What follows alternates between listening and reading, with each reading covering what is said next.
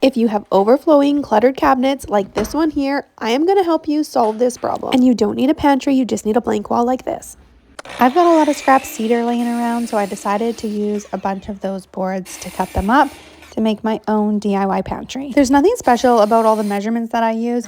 I really just made this custom for the space that I have, so I do recommend just measuring the area on your wall that you want to make your DIY pantry and then just going off of those measurements. I was torn on whether I wanted beadboard or wallpaper on the back wall. I think either of them would look really nice, but I did have this scrap beadboard, so I used it. I got these 1/4-inch metal rods from a local metal shop. You can probably get them other places too, I'm not sure exactly. I cleaned them all up and then I spray painted them black. It was about $40 for the metal bars. I had to router the board so that the back wall, the beadboard, would sit flush against it inside. Finished everything with 2 coats of clear polyurethane. I really love how the cedar boards come to life with the clear finish on it.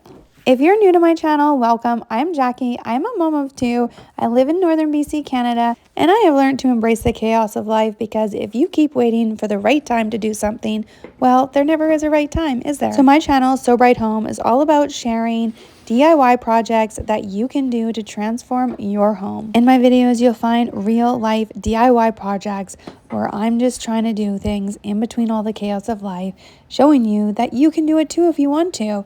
Anyways, let's get back to this pantry. So in true Jackie fashion, I really just was winging this project and I measured as I went. I decided what jars I had, how tall I wanted it, how far spaced apart, all those things just based on what I had. A build plan for something like this wouldn't be very useful to you because I recommend you just making it for how you want it for what kind of jars and stuff you have at home.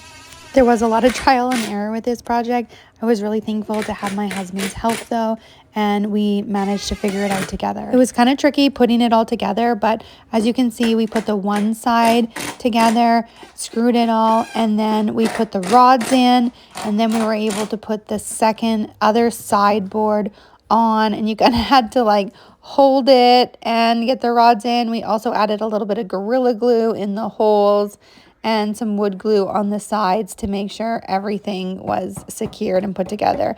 Oh yeah, and then this part there with the rubber mallet, hammering the metal rods in really helped to hold it in place.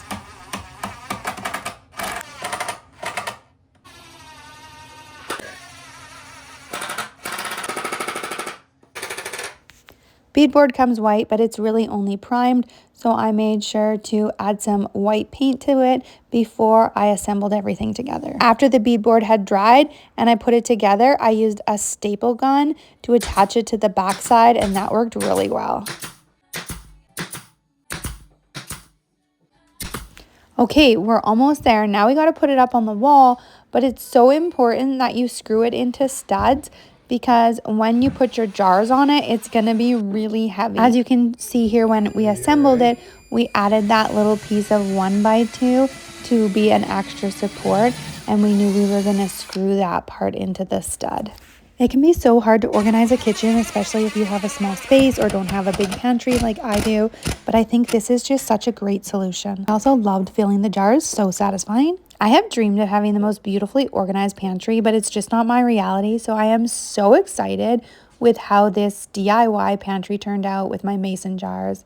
What do you guys think? Like, isn't it beautiful? It has freed up so much space in my cupboards. I absolutely love how it turned out. Let me know what you think and subscribe for DIYs you can do.